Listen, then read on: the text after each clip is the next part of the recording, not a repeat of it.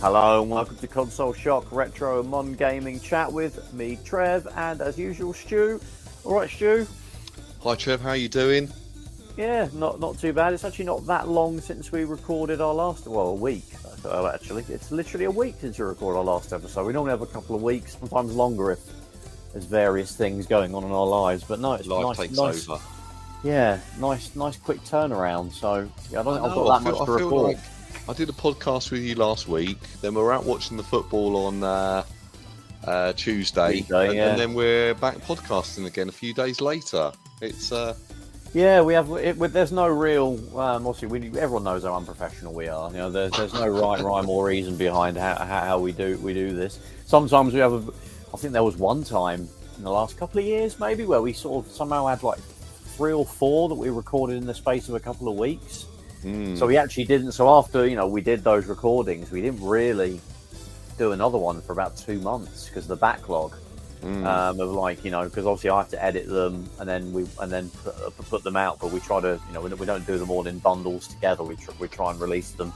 2 a month is what we kind of gun for. Doesn't mean they'll be exactly 2 weeks apart, but yeah, 2 a month is what we tend to gun for. And yeah, it's looks like we're getting back on getting a bit of a backlog going, which is always good. So and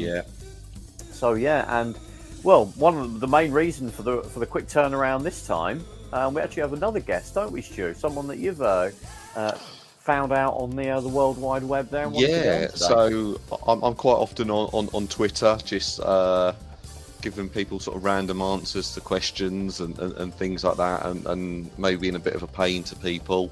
But I found, I don't really know how I found this sort of this guy, but RozzBozzy, and he's producing a game which to me looks extremely exciting. So I reached out to him and invited him on, and he's here. So hello, Roz. Hi guys, nice to be here this evening. How we doing? Yeah, really well. So great to have you on the show. Glad to be here. Yeah, I guess we could start off then, Stu. Obviously, you stumbled across RozzBozzy on the interwebs, and I think the main thing that piqued your interest was that Ross, you're putting together a Virtua Racing kind of tribute game, which is kind of a bit of a theme that we've seen recently with things like Formula Retro, Hot Shots Racing, Formula Retro Racing, and similar kind of Virtua Racing tribute games. Was there anything that kind of, was it literally just I want to try and make I love the virtual racing, I want to try and make a game in that spirit? Was that kind of do you have a big history with Virtua Racing? Yeah, I mean, interestingly enough, when I first started to put the game together, it was rather different, and it actually used voxel style graphics rather than the sort of virtual racing style. Yeah. In terms of virtual racing, yeah, it was the greatest thing that I'd ever played at the time. I remember the first time I played it. It was by the co-summer. I don't remember where. I was at university at the time, and there were a group of 8 of us, and we come across an 8-player linked up virtual racing cabinet. Oh yeah, cool. In the arcade, and that was my first experience of virtual racing. But yeah, in its inception, it was a very different game. As I say, it was the SPGP. The SP was actually Super Pixel. And it used spliced sprites, so the backgrounds were as they are now, and that sort of low polygon style. But the cars themselves were spliced sprites, so it's effectively like having an MRI scan or something like that. They were spliced to create 3D images. Yeah. What I found as I started to develop it was that was very limiting in terms of the style of the game. And in particular, if you wanted to start to add things like 3D camera replays and so on and so forth, so it was always envisaged in the start to be influenced by virtual racing, but to be more of a hybrid. I think as the game developed, it became more virtual racing esque, and I changed the emphasis onto it being. Rather than being a sort of a copy of virtual racing and really going back to its roots, it was how I remembered it. So not how it was how it made me feel. And that was the kind of artistic style I went down. So there's a little bit more of a fusion of more modern graphical techniques in there. I've looked at some of the other fantastic. I think Formula Retro Racing and Neil are absolutely fantastic. But I wanted to give this its real different kind of vision. So that vision really was to make it more about racing against the opposition in virtual racing and games of that like. It's pretty much you raced against the track, and as you were racing against the track, you passed other cars as you went along. So about the competition with the other racers. And the second thing, as I say, was to use the virtual racing style as the basis, but then to add modern techniques, such as lighting, night-day cycles.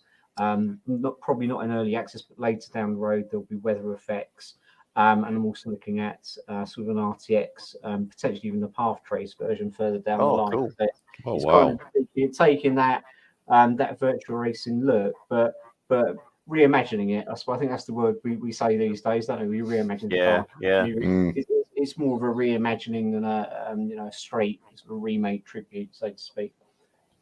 What are you actually building it in then? What sort of software? I know there's like Unity and there's Unreal Engine. Is it one of those sort of engines that you're using to build it in, or is it something else?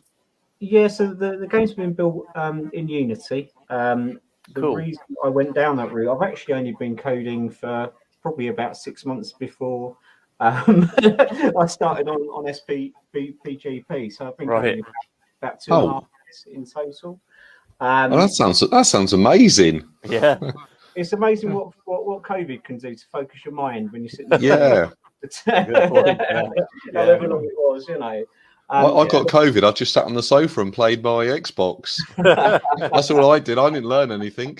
I get bored very easily. That's my problem. I've got no attention span, But Unity made sense because it's free to download. I think you have to make a fairly incredible amount of money before you actually have to pay Unity any money back. So that obviously is a key thing if you're starting out. That's good. Yeah. And the other aspects really is the community around Unity. If you're learning and you don't know how to do something, there are so many people out there, so many resources to get you up and running. That Unity made a lot of sense. And equally, further down the line, I'll be looking to potentially port the game to other platforms. So Unity, using the sort of the universal standard renderer, makes that porting process very easy. So I think for that ease of access. And probably more so the community, actually, it just seemed the right choice. Yeah, that's cool. Wow, that's actually amazing that you sort of picked it up sort of so quickly. And have you had any sort of experience with sort of coding in the past, or? I was a bedroom coder on the Spectrum back in the 80s. Oh, really? But only up to basic. I never really progressed before that. I think I was probably slightly too young to catch the train. I was coding basic when I was like 5 or 6 years old. By which time, we then started to move into the 16 bits. That was out of my parents' price range back at the time. I actually carried on coding for a bit. I had a Sam Coupe, of all things. You had a Sam Coupe? They're quite rare.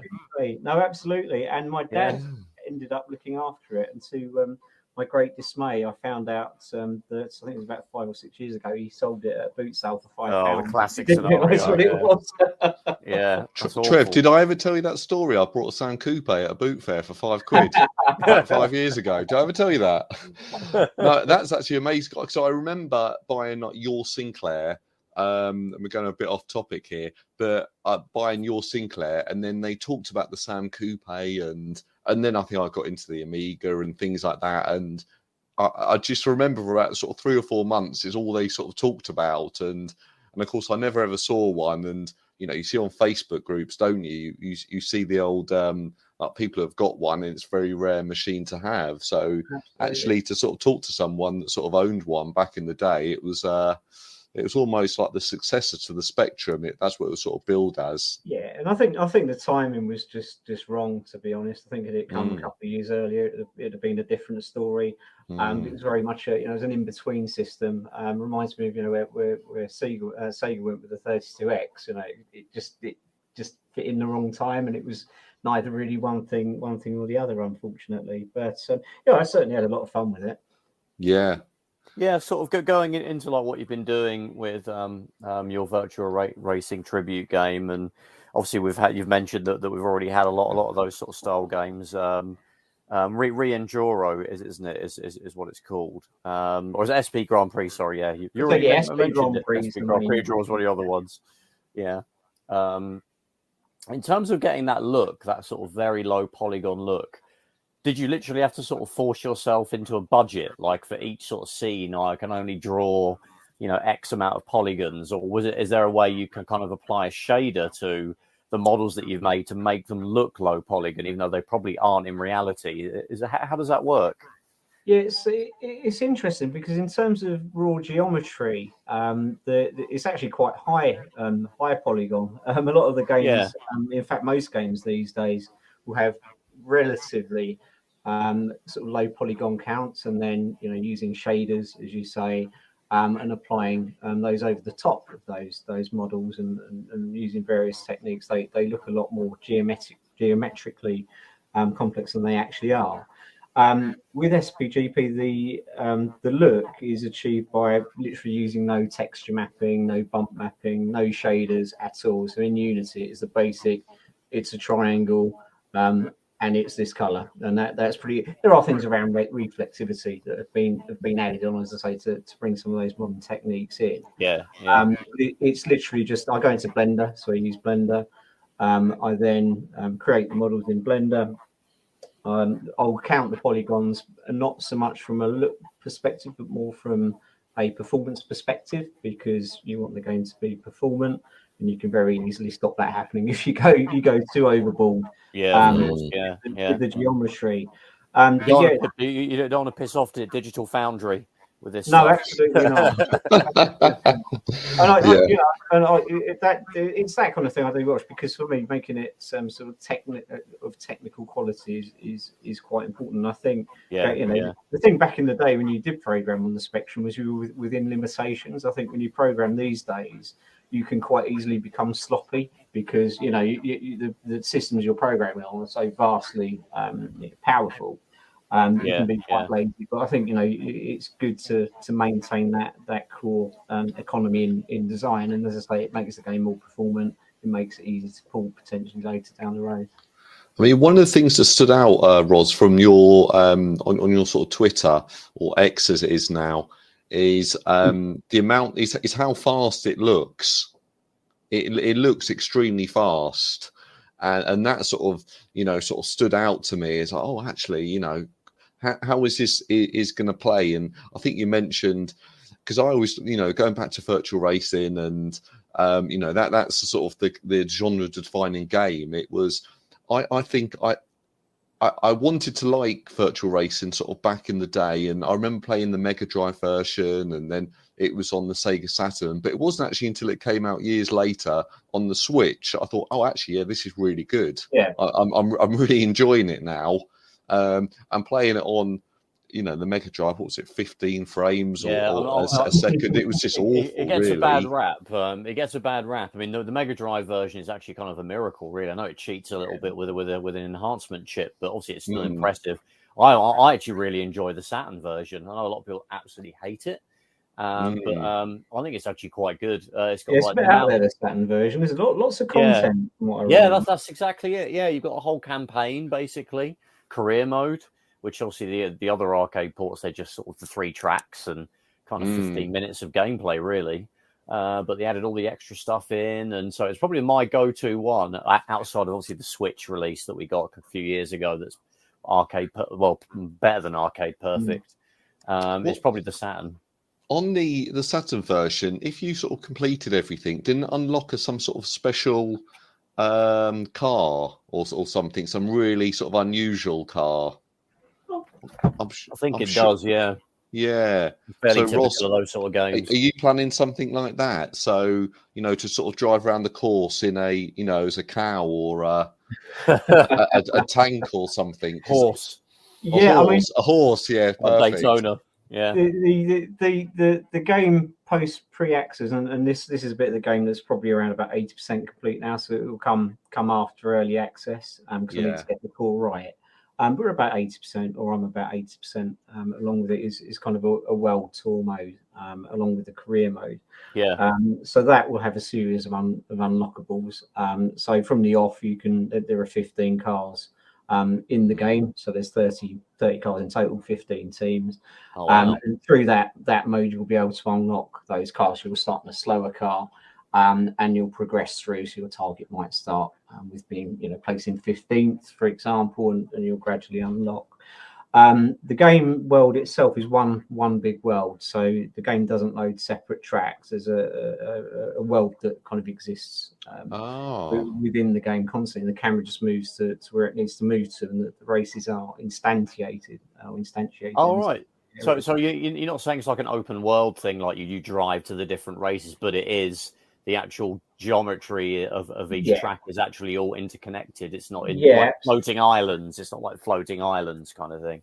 Absolutely. So the world is always there, and the reason I kind of built it that way is for that future expandability. So there's all kinds of potentials for unlockables, and it's a game where if it does okay, and other things do not come up, obviously, it's to continue to provide additional content as updates as we go along. That'll be unlockables. I've got a load of Easter eggs that about a year and a half ago that are dotted all around the game world. So it's there for further expansion, and also looking at adding additional modes such as a karting mode.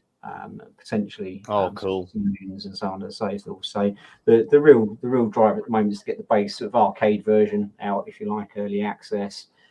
Because you're building a game on your own, it's very hard to test everything, and early access is a way of gating that. You can get the community's feedback. But yeah, it's probably just to keep building it until either I or the community get fed up with it, whichever comes first. Well, there's always room for SP Grand Prix Deluxe.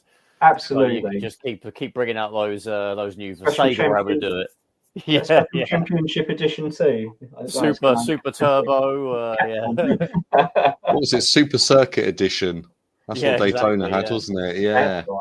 Championship Circuit Edition. Yeah. That's Just kind of made the game worse. Actually, weirdly, graphically it was better, but the handling on it was awful. Yeah, they missed the handling. I don't know how that happened really. I don't get it. Yeah, I mean, we never really got to the Dreamcast. We thought, oh great, when they announced Daytona for it, I was like, this is it. They could just it'll be perfect. And then we still got a kind of a slightly janky Daytona game that was actually I kind of enjoy, but it's it should have been like a greatest hits really by that point. But it's a missed opportunity. I think it's still a very if it wasn't Daytona, it'd be a very good racing game. It's what it has to live up to, isn't it? Yeah, exactly. It's kind of made a rod for its own back, really, didn't it, by calling it that?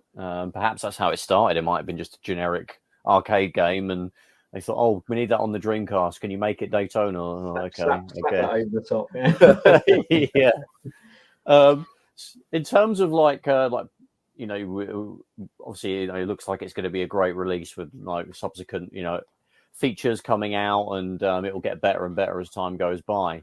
In terms of ports, obviously that was a big thing back in the day. Virtua Racing, obviously, we're going to be talking about it because that's kind of what this game is kind of has its roots in. We got Mega Drive version. We've talked about Saturn version, 32X. I mean, I assume at the moment it's like a PC game, and then are you looking to port it to other platforms? What are your kind of dreams of where it could land on if you have the time and resources to do so? Yeah, absolutely. I mean, as I mentioned prior, one of the key drivers to building it in Unity is the fact that if you set it up from the off in the right way, it makes porting relatively easy. So the ambition and the aspiration certainly will be to port to consoles. easier ports to the Mac. In fact, it effectively runs on the Mac anyway, so that's not really an issue. But yeah, certainly ports are very much on the horizon. As I say, the only real holdback on that isn't a technical holdback. It's more logistics, resources, as you pointed out. There's more of a barrier to publish on consoles than there is on Steam. So that's the only real potential holdback on that. I mean, something like Nintendo, I'm guessing, if you got maybe use a development kit from them and then pay fees, or is that something you've looked into? Is that quite a bit of a barrier? Yeah, I mean, there are fees, and you do certainly need various SDKs, and you need agreements and so on and so forth. Whereas Steam is still very much, if you make a game, and I think Steam charges £70 now to publish. That's really not bad. That's really the only barrier, so you pay your £70 and pretty much off you go. There's a lot more bureaucracy and cost in importing to consoles. But as I say, the ambition is certainly there to do that. Technically, it's relatively straightforward, but it's going to be a bit of a suck it and see. I think we'll see how the early access goes, see what the interest's like within the community, see if people want it to be ported to other platforms. Oh, we do. But yeah, as I say, certainly very much in the plans. So I think it will be nice in a sense, because I'm really crunching at the moment to get the early access. I was going to release it a couple of weeks ago. I wasn't happy with it, so I'm really crunching at the moment to get the early access. So it's all eyes on there. Fair enough. I'll then be able to hopefully sort of chill out for a couple of days, and then I'll start really looking into what's involved in porting it further down the line. But yeah, absolutely aspirations to do so. It looks like the perfect kind of game for like a Steam Deck. Obviously that's the great thing for arcade experiences. Steam Deck is going to be the easiest one to do, and will be the first one done. In fact, I've had people in the community running tests with the build on Steam Deck. Not natively, they've had to do it through third-party software, but it runs fine on the Steam Deck, controls fine, no issues at all. So, is that through like Proton, I suppose? I'm guessing it's maybe a Windows sort of native game, is it, at the moment? Yeah, absolutely. So it's, as I say, it's through sort of third party, but in terms of how it runs and how it works, it works and runs. So that really will be, that'll be pretty straightforward. So that'll drop, I would anticipate, very shortly after the PC version. That's great news. I mean, I don't really sort of know how it all works, but would you potentially, hopefully it'll do well on Steam, would a publisher come to you and say, we can help you port it, or we can take some of that cost involved in doing that? Is that something that could happen? You could envisage moving forward, or? Absolutely, and there have been a few. I can't go into details, obviously, but a few parties that have reached out. And where I've left it with those guys is, I'll talk to you once I've released the Steam game. It's like, I'm going to get it out on PC, and then we're in contact, we're in touch. Let's see how it goes. And again, it's very hard to look after what I call the business side of it. When you're spending 15, 16 hours a day in dev. So it's, trying to get that out of the way and then move on. I can imagine being, a games, developer and then negotiating sort of commercial deals. It's two different, sets of skills you need, really. Absolutely. And I mean, sorry, go on. Yeah, well, I was just going to say, it's two completely different sets of skills. So you're obviously very good at sort of coding, but then how does that set up for actually negotiating deals and organising that? And I mean, you certainly, we talked about it before. You grabbed my attention with the sort of with the Twitter posts and things like that. So there's obviously, actually, you're good at marketing the game and talking about it, rather than just going, actually, I'm going to make this game and pop it online and then no one knows about it. So, it's quite a sort of a challenge to get it all out there and things like that. So hopefully that will go really well. I mean, it's interesting because my background is actually in sort of a contract manager, project manager. So my full-time Okay. job up until very recently has been in that field. So for me, the business side doesn't worry me too much. It will either work or it doesn't work. You know, it's as simple as that. You got a product. You know, if people want to buy it or they don't want to buy it at the end of the day. But I think for me, because I have to change gear. So I used to be, you know, full-time commercial project manager, blah blah blah blah, and then I started doing, you know, coding as a hobby. Then circumstances changed and it's kind of flipped 360. So you know, the real emphasis at the moment is to do the coding bit whilst I can and finances allow, and there's a bit of a ticking clock on that one, but to do that whilst I can, and then, you know, hopefully be able to change gear and speak to publishers, etc. once I get the coding out of the way. But what I didn't want to do is try and muddle my mind too much and do both sides at the same time. Yeah. Very quickly send yourself a bit loopy trying to do that. Oh yeah. Well, myself and Trev will both sort of buy the game sort of when it comes out, and you mentioned it's going to be in pre. What's it, sort of user testing mode on Steam? Is that the right term, or? Yeah, so it'll be an early access. So essentially, the arcade element or the base game will be complete. Due to it being in early access, there will still potentially be bugs and issues, etc. So it's just to make people aware of that. That's the status of the game. As I say, being you know, and you're only testing a game on your own PC, it's very difficult to tease those out with the many different flavors and the types of PCs that people have all over the world. So it's more to I mean, certain AAA companies just release them properly anyway, don't they? When you're in that state. Yeah. So it's just to be clear that that's the state it's in. And it's beneficial because hopefully it gives it a little bit more exposure. But for me, it also allows to really polish the products, and the only real way of doing that is to get a wider user base to pick those issues out. So doing a lot of work at the moment in terms of a supporting website. We'll be setting up a YouTube channel, other bits of media focus. So the idea really is to make it a community project for the community, but also kind of by the community as well, to really get that involvement, get that feedback.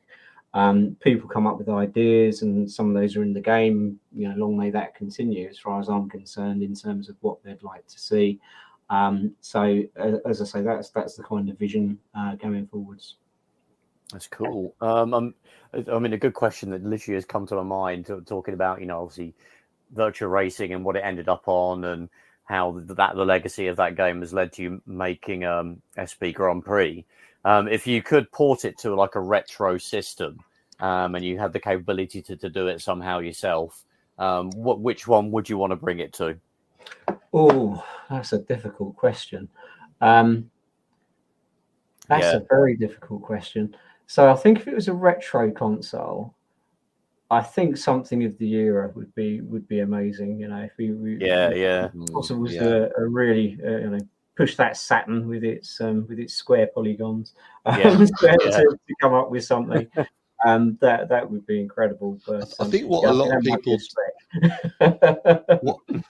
of people do is they release they'll sort of make the game on Steam, but then they'll release a Dreamcast version, and then that gets so much press and people talk about it, and then they might sell 100 copies on the Dreamcast, but then they'll sell hopefully thousands more on the Sega Saturn, on Steam.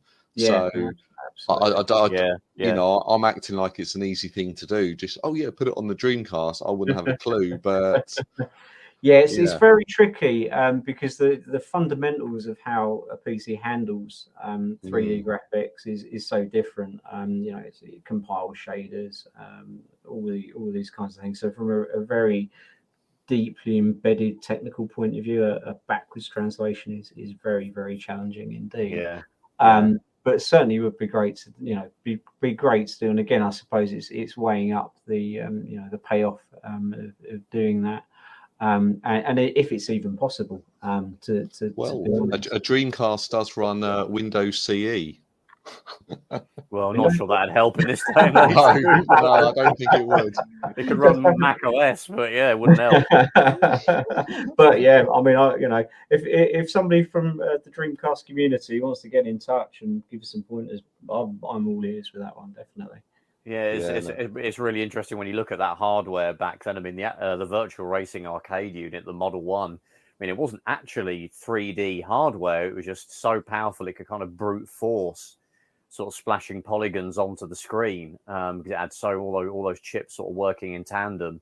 Were able to do that to a degree that nothing else could really. Kind of the Model 2 era is when it was kind of, chips that were designed to produce 3D graphics. It's really interesting when you look into, I've watched a bunch of videos about how the Model 1 kind of came to be. The CG board, I think is what it was called when it was in development.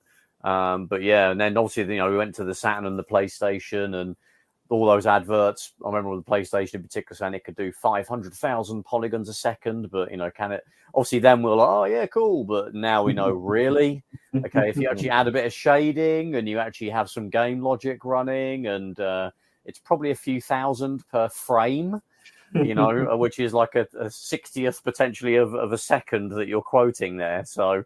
And it's just three theoretical limits, wasn't it, as what they'd sort of fire off at each other. The reality was obviously considerably less, wasn't it? But yeah, I can imagine even porting your game to like a PS1 or a Saturn, you'd obviously have such a few thousand polygons per frame to be able to allocate to. You certainly couldn't have that entire world where you've just basically got all the tracks in separate zones of a single world. You'd be drawing the track as you were running along it, wouldn't you? Yeah, The pop up there. Oh, it's things like memory allocation, things like that as well that are very limiting. The engine will only draw a certain distance, and I've got a toggle that I can deploy. It's quite amusing actually. I'm looking at putting a retro mode in. Where you can literally press a button. It will drop the draw distance. So, probably not quite as bad as the Daytona. The Daytona USA.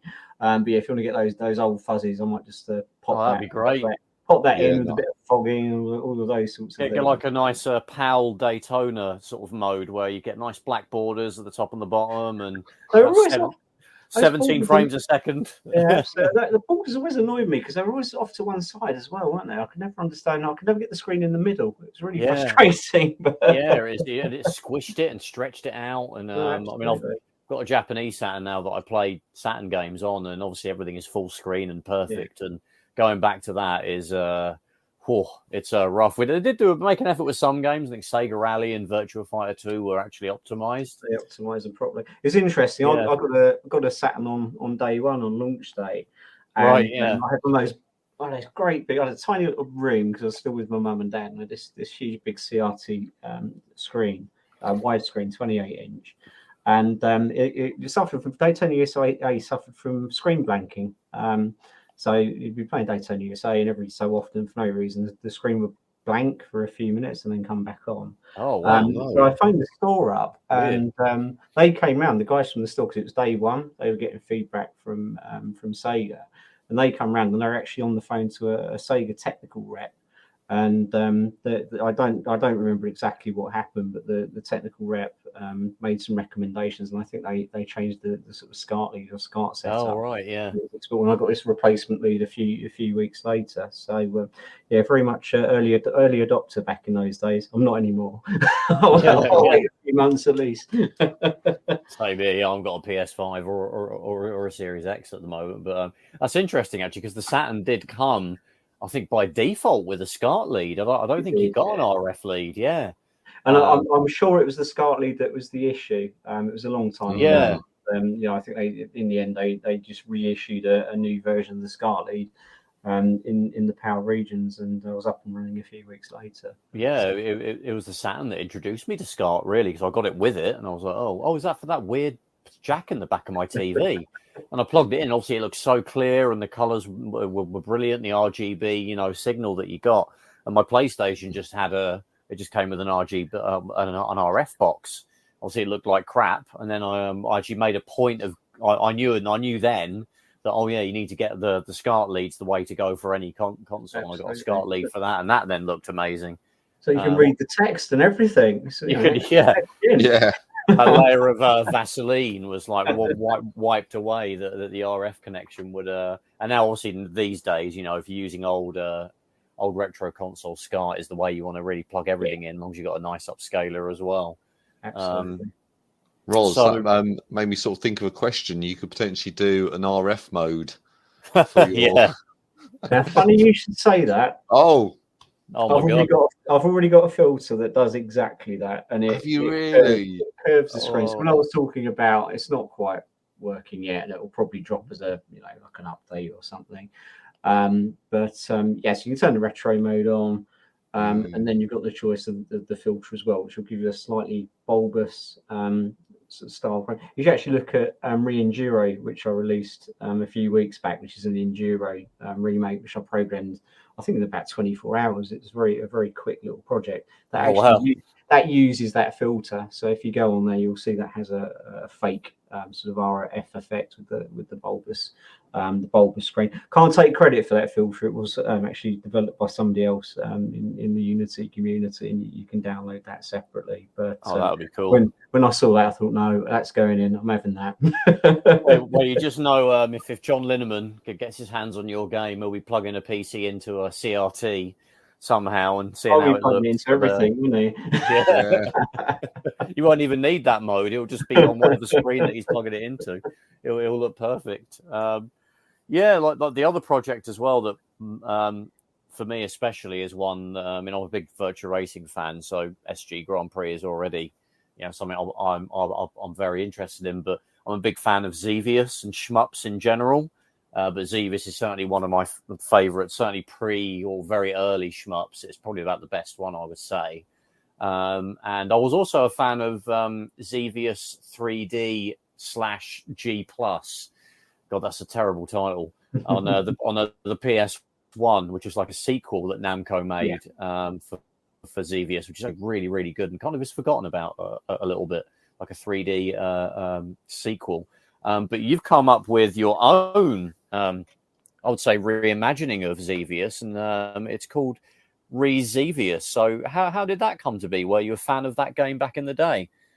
Yeah, I really liked the original, although it's, you know, incredibly simplistic. It was, I think, the first or one of the first sort of virtually. It's always virtual racing, vertically even scrolling shooters. I think it had a kind of like a real sense of the aliens kind of seemed real in it, you know, because they were quite simple and they were quite creepy, and it just all felt a little bit off. So I really liked the atmosphere. Of the game, and you know, you just kept going and that sort of thing. So absolutely loved the game. And it was kind of so I had it in the back of the mind. At some point, I'd like to, you know, do a quick project and do a remake. But I was also working with a lady that does the music for my games. Is a lady called Nicole Marie T. You may have seen on Twitter. She's on there quite often, and she just produced some techno music, and it was really, you know, it was a really good set of techno tunes. So I had the idea of taking Xevious. I wanted to get that really old creepy vibe, so keeping the, you know, the slightly off alien design and keeping things relatively simple. But I also wanted to make a game that's visually reacted to music. So as I mentioned earlier, I only really been coding for 2.5 years. So when I need to take a break from SP Grand Prix, I like to experiment and sort of grow my knowledge and learning. So I wanted to make a shoot 'em up, and went with Xevious because it was an old shoot 'em up that I was very fond of. But I wanted to utilize techniques where the music had an influence on the on-screen visual. So, you know, the lighting, etc., reacts. There's sort of various effects that reacts to the soundtrack. So it was kind of a mishmash of ideas. And as I say, when you're stuck in, you know, a particular project for a long time, it's sometimes good to experiment with something else, and then you go back to the original project because you see the original project or the main project you're working on in a different way. So yeah, just something I wanted to do, and just loved the original game. So it just seemed I just felt like doing it really. So I thought, why not? Let's get on with it. Cool. I mean, is there a similar plan for that, or have you kind of finished it and you kind of moved on from it, or are you looking to kind of add more to that, or maybe make another game in that style? What is there a sort of an ongoing plan for that as well? So I would like to do a shoot 'em up that's original, so 100% original at some point in the future. I'm coming up with new ideas every day for games. It's absolutely awful. I've got a list as long as my arm in terms of things that I may or may not be doing next. So for me, it's get SP Grand Prix out and get that up and running. The updates then become not that onerous. They're just things that pop up here and there. But it will give me a real time to have a look at what projects potentially I want to do next. And yeah, that's certainly on the list. Re-Xevious, as I say, it was very much a released it free on itch.io. It's a experimental game. It plays well. It doesn't play perfectly. It's not, I'm a bit of a perfectionist, to be honest with you. So I would love to do it, either revisit it or potentially do a sequel. But that'll be more of a hobby, probably a hobby project, which I'll do in parallel on a lazy Sunday afternoon or something like that, along with the other bits and pieces that I'm doing. Is there a particular sort of shoot 'em up then you would like to sort of do similar? I mean, obviously you've done Xevious. Is that what you thought about doing, like a Gradius or a Raiden or anything like that, or you just want to completely break out and just try and come up with something original? It would be nice to come up with something completely original, but I think when you're doing that genre, it's very difficult to do. It's kind of limiting, isn't it? Slightly. Yeah, there's only so many variables. You either go left or right or up and down, and you're in a spaceship or something like a spaceship shooting things, or an aeroplane or etc. So I think it's quite limiting to be original entirely in that sense. But I mean, my favourite shoots 'em up. I had a Mega Drive back in the day, and it's the Thunderfall series. So 3 and 4. The sprite-based stuff. I have done some sprite work. Sprite work is extreme. If you look at some creating graphics in 3D and then try and create sprite-based work just takes so much more time. It's absolutely incredible because you're not relying on moving cameras and being able to animate in those ways. You've got to draw every single frame and draw every single frame perfectly. So I'll do a shoot 'em up. It'd probably be using polygons. I like the sort of general look of the low poly look of SPGP. I was thinking about a Star Foxy type project, maybe. Yeah, that's great. We don't get those. Yeah, we don't get that kind of low poly shoot 'em up look, really. Have we? There wasn't a big era of that. They kind of stay 2D. Yeah. I mean, I think there's a remake come out very recently, actually, which I need to check out. So I think that's kind of been done to a degree, but there is only one. Another game I'm a big fan of is Sylpheed on the Mega CD. Play that all the time. Yeah. To do something along those lines, that's maybe a semi-rail shooter, but obviously you've got options to make that more interactive these days. Would be really cool. Something with a bit of an epic story to it that builds up would be exciting. As I say, my list of ideas, unless I live to like 100,000 years old, they're certainly going to get done. But I'll be certainly looking at some of those. One game that sort of came to mind when you were just sort of talking then was Einhander. Do you remember that on the PlayStation 1? And that was made by Enix at the time, or Squaresoft, and that was kind of like a sort of a 3D or made with polygons, and R-Type Delta as well was quite similar. Polygonal kind of game on the PS1. 3.5D, didn't you? Where they effectively played like a 2D game, but you had the 3D overlays on it. And I mean, as I say, the options are endless, aren't they? Really. So I think at the moment I've got too many ideas and probably need to focus in on throw a few out and focus in. But that's it's not a bad place to be honest. I think there's something else tomorrow anyway. So it's always good to have plenty of ideas. I mean, is there a genre you think you're going to tackle next then? Like maybe sort of a platformer or a beat 'em up? Is there kind of or is it that, a dream genre that you think you would really love to tackle one day, but maybe you want to try and get a bit more experience with the stuff you're working on now? Is there something like that you've I mean, I think what I'd like to do is, the projects I've been doing at the moment is a big project and it's complex, and the I suppose the end dates when things get done is quite a big period of time from concept and all the bits and pieces that you go through. So I think what I'd probably like to do is concentrate on maybe 3 or 4 smaller projects that are more straightforward, so more akin to the Re-Enduros, to a lesser extent Re-Xevious. So it might be like 3 or 4 2-month projects, multiple genres, because that hopefully will give me experience in in different techniques and so on and so forth. But then once past that, it will then be the next big project, and I think the genre for that next big project is to be decided at the moment. But I've certainly got leanings. So yeah, maybe a shoot 'em up. I'd like to do some kind of I like telling stories and I like writing down stories. So something that's story driven would be something I'd like to do as well. So I think, as I say, it's going to be take a deep breath after SPGP gets its release and we go through early access. And once that's done, a few short projects, quick turnaround time, get a bit more experience, give the brain a bit of a rest, and see what the next big one is.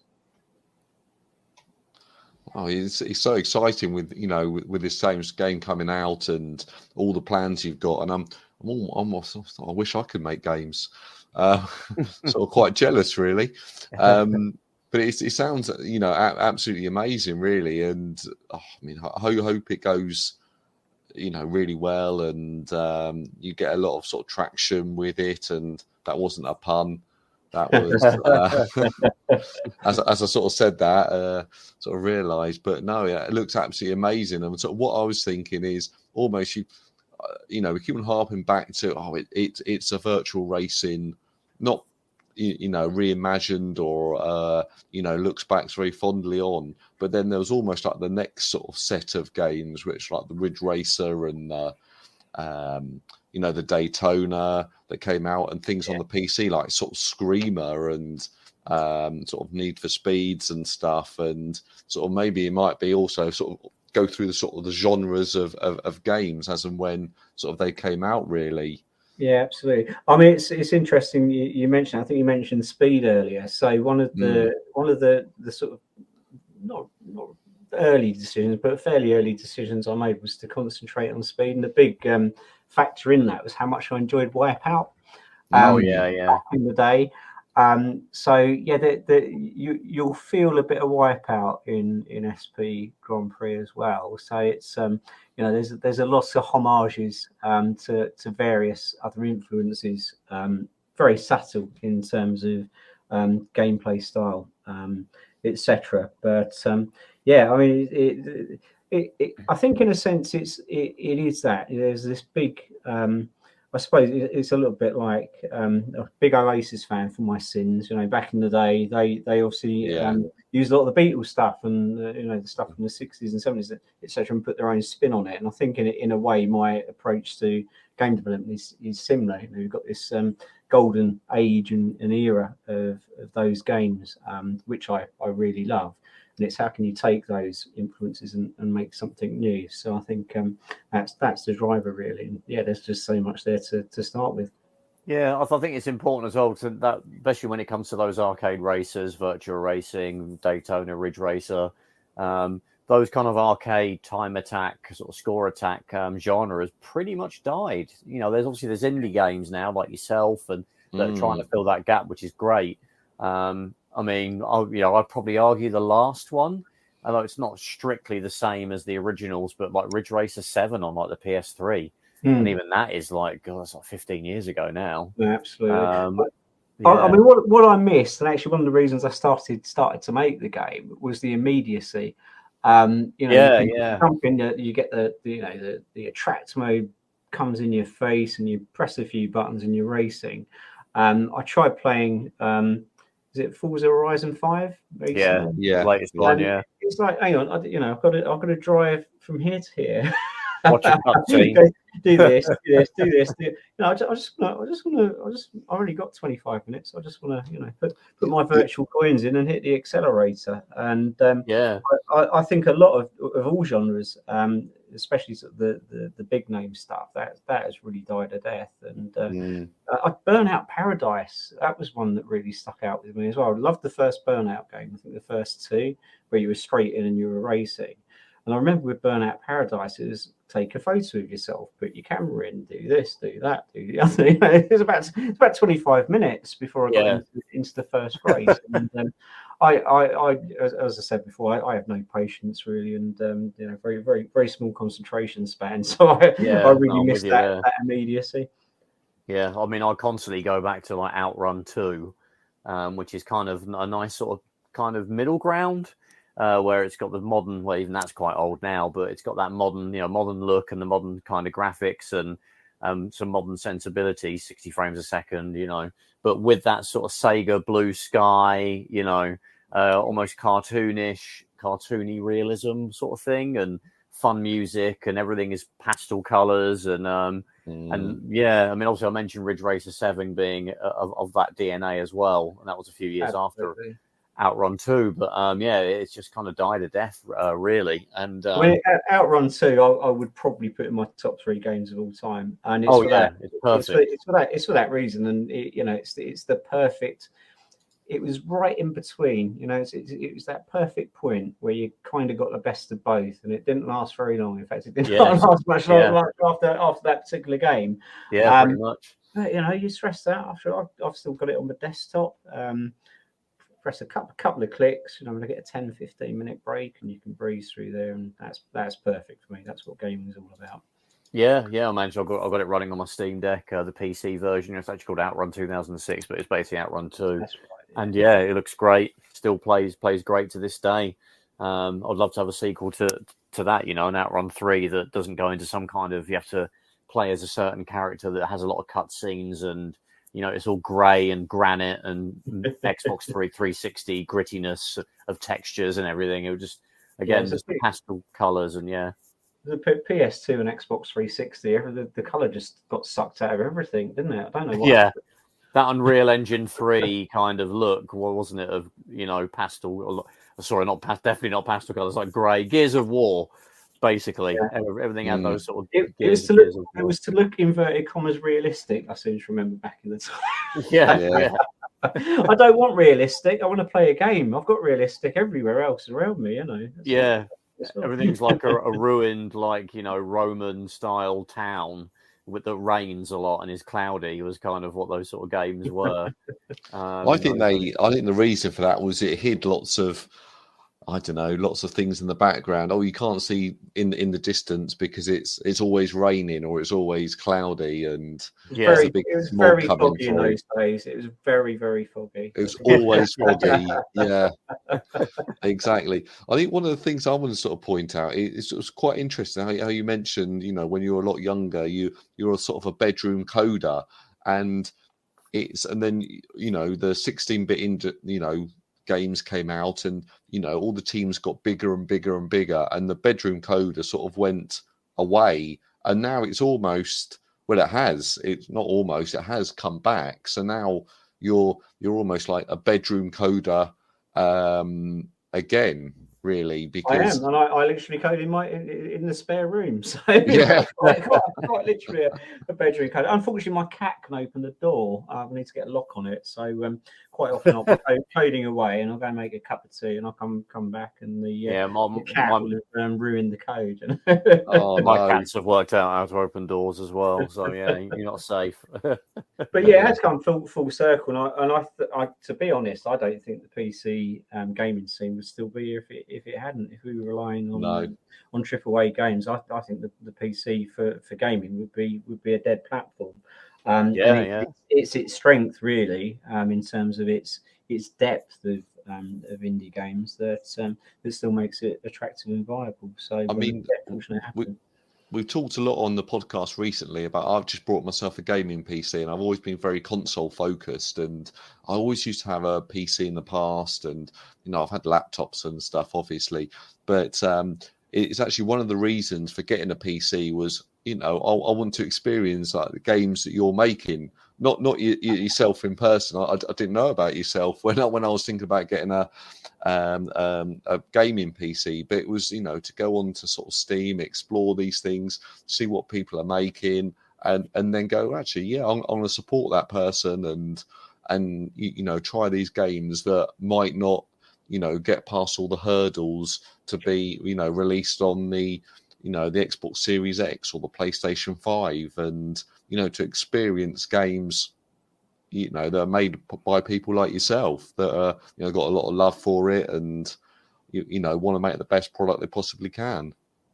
Yeah, and I think again that's the real strong thing about the PC gaming. It is a community. The nice thing about being a dev is in most industries there's a lot of nasty rivalry between one product and another. That's not the case. I've not encountered that at all. Even if I'm developing a very similar product to somebody else, we're mutually supportive, and we're mutually supportive because we love games too.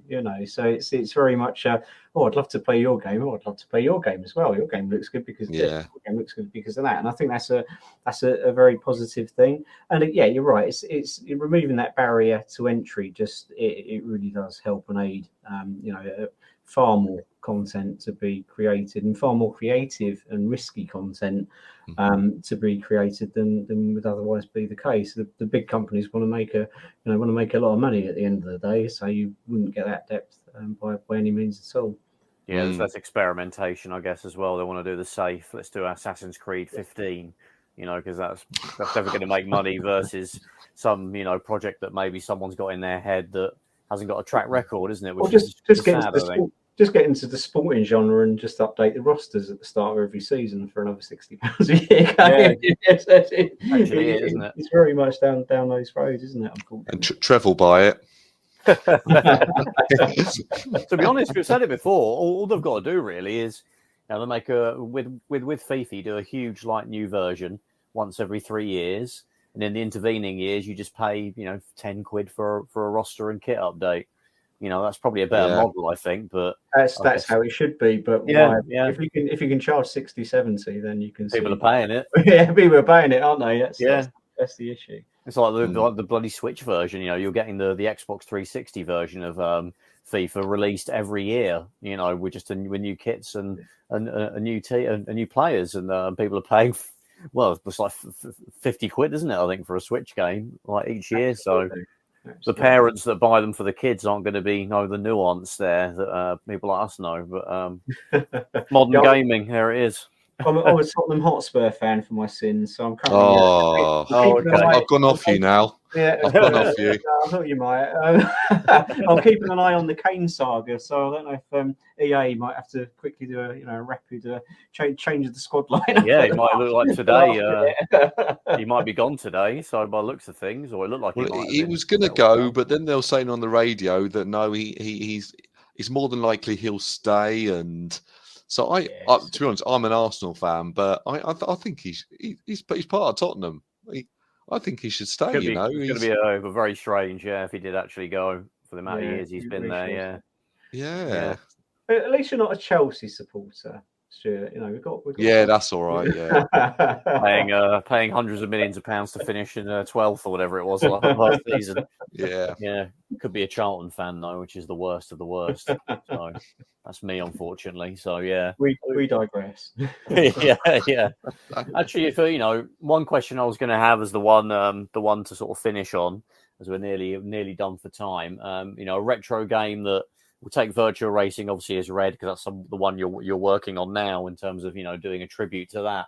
But if you could actually take a particular specific retro game and remake it, keeping it in the same spirit as the original, what would you choose? I mean, for me, to kick that discussion off, I probably would actually choose Sensible Soccer. We did get that a little bit with the version that came out on the 360 a few years ago. More than a few years ago, about 15 years ago. But I'd love to see, someone try and do a remake of that for the current gen. But obviously it'll play the same, but is in that sort of, giant head, little body kind of fun form factor. I must admit, cool. I've got really bad memories of Sensible Soccer because my two friends had the 16-bit machines and I was on my Sam Coupe, so I would go around their house and they would batter me because they'd been playing it every single night, and I'll be on the end of sort of 10-0 drubbings every single time. But in answer to the question, I mean, I like very simplistic early. I call them like quasi-flight sims. So there was one, I think it was called F-22 Interceptor or something. Oh, I had that, on the Amiga, yeah. And it was kind of in the flight sim style, but actually it was essentially 5 mini games. It was like Take Off. I think it came out on the Mega Drive as well. They actually made a version for the Mega Drive. Yeah, it was on the Mega Drive, and it was kind of like halfway flight sim, but it was halfway sort of arcade game. Something like that I would really like to do. And I think there was another one. Was it not Pilot Wings? That was on the SNES. It was a Model 1 arcade game. That was it was a flying game. It was a Wing War. Wing War, something like a good version of Wing War, again potentially using flat shaded graphics and maybe the third person view. I think it never got ported to anything. I don't think it was arcade only. No, it didn't. I know there've been quite a few sort of modern similar style racing games. On Steam, they tend to be more circuit based, and I think it would be quite fun to do a point A to point B racer where you like the scenery constantly changes as you go from point A to point B. I think that would be quite an exciting concept. Yeah, that's an interesting one actually with Wing War, because I think it was literally like you in your little plane versus a player 2 or the CPU in another plane in like a sandbox that you'd fly around to try and kill each other. I think we got Propeller Arena on the Dreamcast. Yeah, the only that never got released though, did it? It never got released. No, but that was the closest sort of to an update of that kind of genre. It's not really been done a lot, No. So that would be something, given the modern twist. I'm currently looking at doing the VR version on SP Grand Prix as well. I think a game like that in VR would also be probably make you sick, but it'd probably be quite a bit of fun as well. Being sick and now enjoying it is also a good combination, I think. Stu, what about you? Is there a retro game you want to see redone? Oh, well, what I was going on about is the original Settlers. That's what I'd like to see, on a big sort of proper screen, and without all the slowdown and just with all the basic redone, mechanics, scale graphics and 1080p graphics, like sprites redone, and what was it? With all the quality of life improvements, and things like that, and that's what I'd like to see.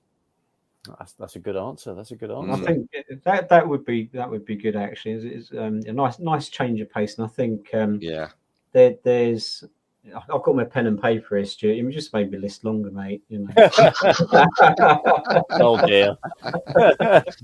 If Stu wants you to nudge that one to the top, if you can, that'd be great. I don't think you'll ever run out of ideas, but give us a shout, Ross, and we'll come out with some ideas for new games. Yeah. Well, we're nearly at the end then, but Ross, where can we find you on the interwebs?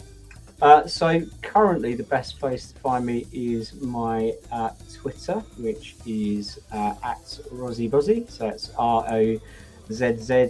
So not at RozzBozzy. I lost the Y recently because it was silly. It's at Roz, RozzBoz. So it's at ROZZBOZZ. I tend to tweet several times a day. Everything I update, I kind of put on there. So it's very, very open for feedback. Website to follow at some point soon, but I'll be popping that on the Twitter page as well. Cool. Thank you, and thank you so much for being a guest today. We really appreciate it. Really appreciate it, and I think the best of luck with the game, and we'll be talking about it on here and things like that. So hopefully it'll go really, really well. Thanks, gentlemen. Really, really appreciate that, and it's been an absolute pleasure spending an hour speaking with you tonight. Thank you. Yeah, it's been great chatting to you. Stu, where can you find us on the interwebs? Well, we're on Twitter under Console Shock. We're under Facebook under Console Shock. You can find us on YouTube. Again, search Console Shock, and any podcast client. So Stitcher, Spotify, Apple Podcasts, Google Play for podcasts, something like that. We're on all of the clients now, so you can easily find us. Yeah, just throw us in your Google machine and we'll come up, and you can check us out wherever you are on the interwebs. Thanks everybody for listening to the latest episode. We'll catch you in the next one. Take care. Cheers, guys. Bye-bye.